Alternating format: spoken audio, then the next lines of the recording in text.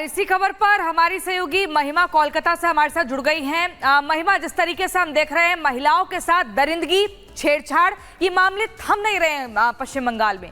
इसी को लेकर लगातार आक्रोश बढ़ रहा है। अभी तक आरजीकर अस्पताल के हम दरिंदगी को लेकर सवाल पूछ रहे थे, लेकिन उससे मिलते जुलते और मामले बढ़ते ही जा रहे हैं।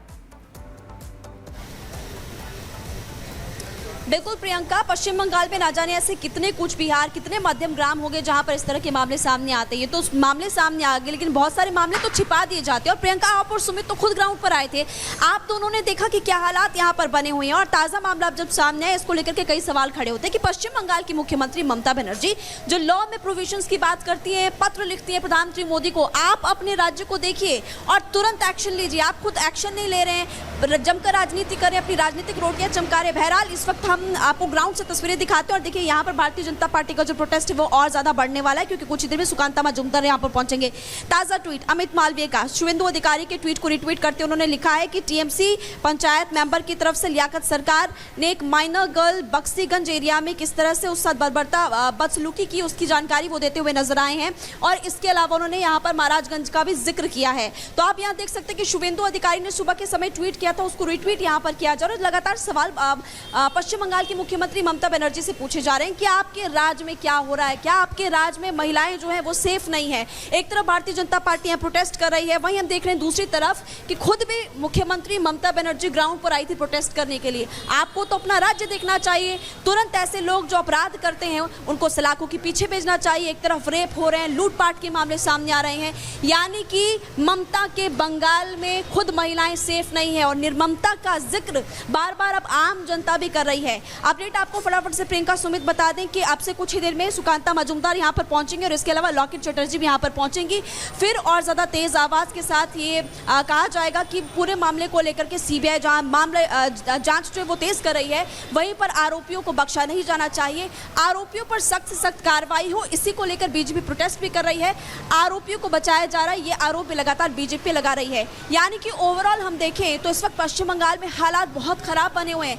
आए दिन इस तरह के मामले सामने आ रहे हैं और कई जगहों पर तो मामले आते भी हैं सामने, लेकिन उनको छुपा दिया जाता है। इसलिए लगातार ममता बनर्जी पे यहाँ पर सवाल खड़े हो रहे हैं, उनके कार्यकाल पर भी, कि उनके कार्यकाल में महिलाएं आज बिल्कुल भी सेफ नहीं है। अब देखिए यहाँ पर नारेबाजी इस वक्त तेज होते हुए नजर आ रही है। आपको तस्वीरें हम दिखा रहे हैं और अब से कुछ ही देर में तमाम बड़े चेहरे बंगाल बीजेपी के यहाँ पर जुटेंगे। क्या कुछ वो कहते हैं उनसे बात करने की कोशिश भी करेंगे। जी प्रियंका, तो लगातार प्रदर्शन, धरना जारी है बीजेपी की तरफ से, क्योंकि 7 दिन की बात यहां पर जो है वो कही गई थी। महिमा, आपके पास वापस लौटेंगे। वही बड़ी अपडेट आपको बताएं कोलकाता से, जहां आरजीके कॉलेज में निर्माण को लेकर नोटिस दिया गया है। ये नोटिस जारी किया है और पिछले 3 साल में जो निर्माण हुए हैं उनकी डिटेल्स मांगी गई है। आरजीके कॉलेज में निर्माण को लेकर सीबीआई ने पीडब्ल्यूडी को नोटिस जारी किया है और कहा है कि 3 साल में जो निर्माण किए गए हैं उसके डिटेल्स दीजिए और निर्माण से जुड़े जो टेंडर्स हैं उनकी जानकारी सीबीआई की तरफ से मांगी गई है। आपको बताएं कि एक तरफ महिला डॉक्टर रेप मर्डर मामले को लेकर सीबीआई जांच कर रही है, वहीं दूसरी तरफ आरजीके मेडिकल कॉलेज में भ्रष्टाचार के मामले को लेकर भी सीबीआई अलग एंगल से भी इस वक्त जांच में जुटी हुई है। इसी के संदर्भ में आरजीके कॉलेज में निर्माण को लेकर सीबीआई ने पीडब्ल्यूडी को नोटिस जारी किया है और 3 साल में जो भी निर्माण हुए हैं उसके डिटेल्स यहां पर मांगे गए हैं। उनके टेंडर्स की जानकारी भी सीबीआई की तरफ से पीडब्ल्यूडी से मांगी गई है।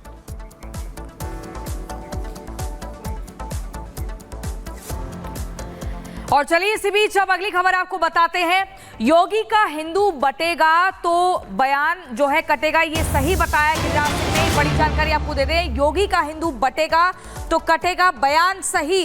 गिरिराज सिंह का कहना है हिंदुओं को एकजुट करना पड़ेगा। गिरिराज सिंह का कहना है कि हिंदुओं को एकजुट करने के लिए जो बयान दिया गया है वो सही है, उसमें किसी भी तरीके की कोई उसमें गुरेज नहीं होना चाहिए, कोई आपत्ति नहीं होनी चाहिए। अगर योगी का हिंदू बटेगा तो कटेगा बयान, ये सही बताया है गिरिराज सिंह ने। क्या कुछ कहा आपको सुनवाते हैं।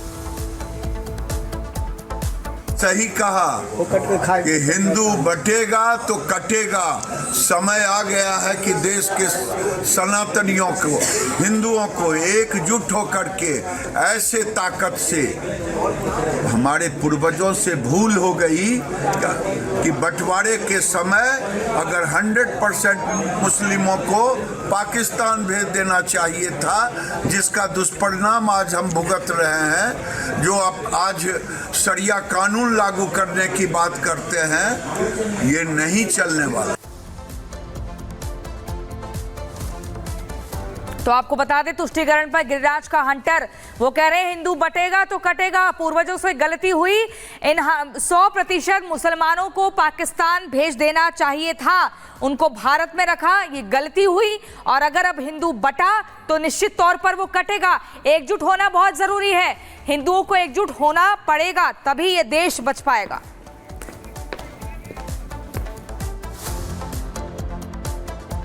कि हिंदू बटेगा तो कटेगा।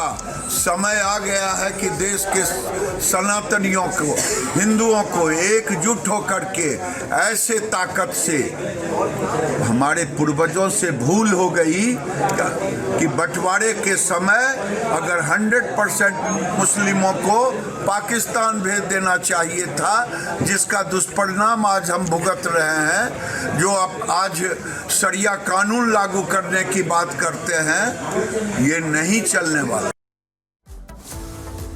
और अब बात करते हैं उत्तर प्रदेश के ग्रेटर नोएडा की, जहां पर दो गुटों के बीच में खूनी संघर्ष का मामला सामने आया है। आखिर क्या है पूरा मामला, इस 1 मिनट की रिपोर्ट में देखिए।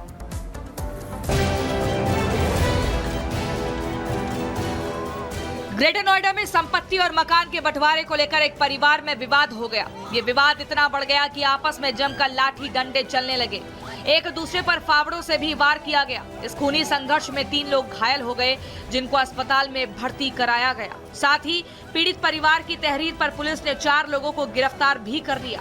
दरअसल ग्रेटर नोएडा के जेवर में नोएडा इंटरनेशनल एयरपोर्ट का निर्माण कार्य हो रहा है। इसके चलते आसपास के गांवों में जमीन अधिग्रहण कर गांव विस्थापित किए गए हैं। इसके बदले लोगों को मुआवजा दिया गया है। इन्हीं में रनहेरा गांव के रहने वाले अनिल का अपने भतीजे अवधेश और कुशल से मकान के बदले मिलने वाले मुआवजे को लेकर विवाद हो गया। इस खूनी संघर्ष का वीडियो सोशल मीडिया पर वायरल हो रहा है, जिसमें साफ देखा जा सकता है कि किस तरह एक दूसरे पर वार पलटवार किया गया। Report, Republic Bharat. और चलिए अब अगली खबर आपको बेंगलुरु से बताते हैं, जहां पैदल चल रहे शख्स के साथ दर्दनाक हादसा हुआ है। दरअसल इस शख्स को वहां पर चल रहे टैंकर ने कुचल दिया, बुरी तरह से कुचल दिया। पूरी खबर इस 1 मिनट की रिपोर्ट में। कहीं से सड़क दुर्घटना की खबरें सामने आती रहती है। हाल ही में बेंगलुरु से तस्वीरें सामने आई, जहां दर्दनाक हादसा हुआ। वीडियो में देखा जा सकता है सड़क पर सामान्य तरीके से आवाजाही हो रही है, अधिक भीड़ भाड़ वाला इलाका भी नहीं है। लोग अपनी मंजिल तक पहुंचने के लिए सफर तय कर रहे हैं। इस बीच दिखाई देता है कि एक युवक सड़क किनारे पैदल जा रहा है।